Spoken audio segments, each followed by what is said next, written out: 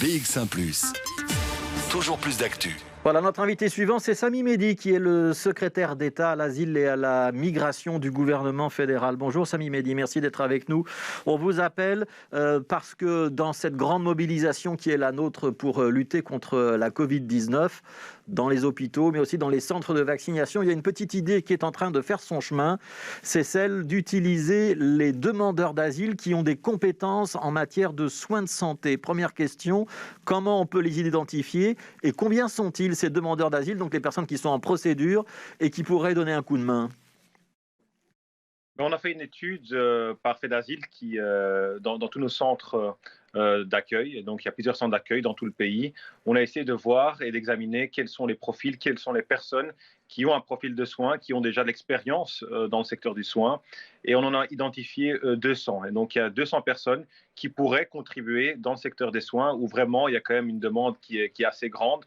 On doit pouvoir aider le secteur qui connaît quand même de gros difficultés à cause du Covid. Et donc voilà, en tant que secrétaire d'État pour l'asile et la migration, je pense qu'il est important aussi de donner le signal qu'il y a des gens dans des centres d'asile qui veulent contribuer, qui peuvent contribuer. Et donc, c'est ce qu'on doit faire. Alors, expliquons un petit peu le profil de ces personnes. C'est quoi? Ce sont des hommes, des femmes? Ils étaient quoi? Médecins, infirmiers ou infirmières dans les pays d'origine? Est-ce qu'on est sûr qu'ils ont les compétences requises? Et comment est-ce que vous allez faire pour vous assurer que ces compétences sont bien celles dont on a besoin dans nos hôpitaux, dans nos centres de vaccination? Quel est le genre de profil que vous cherchez et qu'est-ce qu'ils pourraient faire concrètement? Mais il y a de tout, hein. Donc, des hommes et des femmes, des infirmiers, des infirmières, des docteurs et autres, des gens qui ont déjà travaillé dans des hôpitaux, dans le secteur du soin. Et oui, il y en a certains dont le diplôme est reconnu chez nous et donc qui peuvent directement pouvoir contribuer de manière assez rapidement et facilement. Pour d'autres, le diplôme n'est pas reconnu. On doit essayer de voir de quelle manière ils pourraient quand même contribuer, peut-être pas dans la même fonction qu'ils avaient dans leur pays d'origine, mais vu qu'ils ont quand même une certaine expérience, ils pourraient aider quelque part et faire en sorte de renforcer nos équipes de soins. Donc, pas avec le profil qu'ils avaient dans leur pays d'origine, mais avec un autre profil, essayer quand même de renforcer nos équipes de soins qui en ont besoin. Alors, on pense à la langue, Sami Mehdi, parce que dans cette population, il y a des gens qui viennent d'Afghanistan, d'Irak, de Syrie, d'Érythrée, etc. Il y en a qui parlent le farsi, d'autres qui parlent l'arabe. Ça pourrait être très, très utile, notamment, on pense au centre de vaccination, ça pourrait être du personnel d'accompagnement, c'est possible? Oui, voilà, tout à fait. Donc, pour les centres de vaccination, on veut regarder encore plus loin que juste que dans nos équipes de soins. Et donc, on veut voir s'il n'y a pas des volontaires, des personnes qui ont déjà travaillé dans le secteur des soins dans leur pays d'origine, qui, dans les centres de vaccination, pourraient travailler. De quelconque manière, je pense que dans nos centres, on a besoin d'énormément de personnes. La vaccination s'accélère et donc, en cette période, on a vraiment besoin des gens qui peuvent aider et faciliter cette accélération-là. Et donc, on a ces personnes et ils pourraient aussi travailler de manière volontaire dans les centres de vaccination et ils sont heureux de pouvoir le faire. Donc, pourquoi pas ne pas les mettre au travail. On va essayer d'être concret, Sami Mehdi, parce que la vaccination, c'est maintenant, et c'est maintenant qu'on est en train de monter en puissance. Est-ce que vous pouvez activer cette belle idée et la concrétiser dans les jours ou dans les semaines qui viennent? J'imagine qu'il faut que vous parliez avec les différents ministres de la Santé au niveau régional. C'est possible ou c'est juste une idée qui va rester en l'air?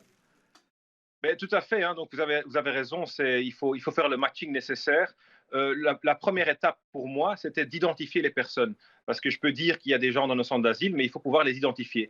Donc c'est un travail qui a été fait, ils sont là. Maintenant, la prochaine étape, c'est de faire le matching et de faire en sorte que oui, avec d'autres ministres compétents, on puisse accélérer et avancer dans les choses. Et donc, par exemple, pour Bruxelles, est-ce que vous pouvez déjà dire que j'ai déjà contacté Alain Marron, je peux lui proposer une liste de personnes ou pas encore?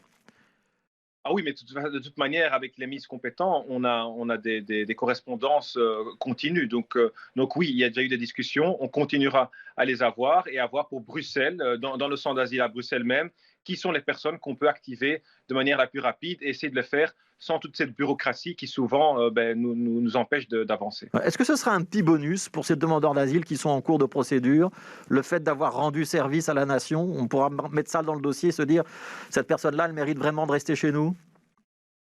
Mais non, l'acquisition de la protection internationale se fait sur base d'un réel besoin de protection internationale. Donc, on voit si la personne risque vraiment sa vie dans son pays d'origine. Mais de toute manière, pour toute personne qui est dans un centre d'asile, ils sont heureux de pouvoir contribuer. C'est de l'expérience qui est acquise pour eux aussi. Et donc, dans n'importe quel futur, qu'ils soient ici en Belgique ou dans leur pays d'origine, c'est bien d'avoir acquis de l'expérience ici. Et donc, ça pourra les aider à eux aussi. Merci beaucoup, Sami Mehdi. Merci d'avoir été avec nous pendant quelques minutes. Je rappelle, vous êtes le secrétaire d'État à l'asile et à la migration du gouvernement fédéral. Merci de nous avoir accordé quelques minutes.